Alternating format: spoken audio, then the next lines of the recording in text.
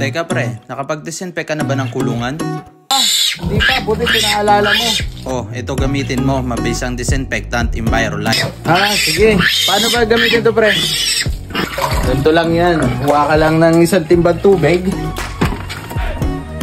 Halo mo ang ating Envirolite sa isang timbang tubig. Yan. Tamang sukat po yan ng isang tabo para sa isang timbang tubig. Tapos, ilalagay mo lang tong hose ng sprayer mo.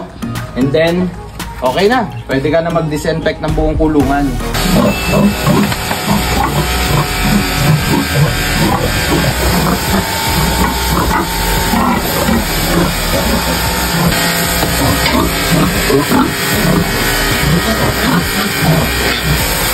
At guys, hindi lang po ito pan-disinfectant sa mga kulungan. Pwede rin po ito erectam ipaligo sa mga inahin katulad nito.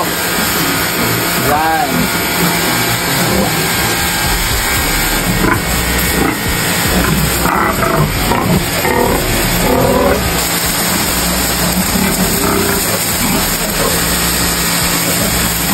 Ayan, pwede mo nang simulan ang pagkakapon sa iyong mga alagang biig. Basta lagi mong tandaan, prevention is better than cure.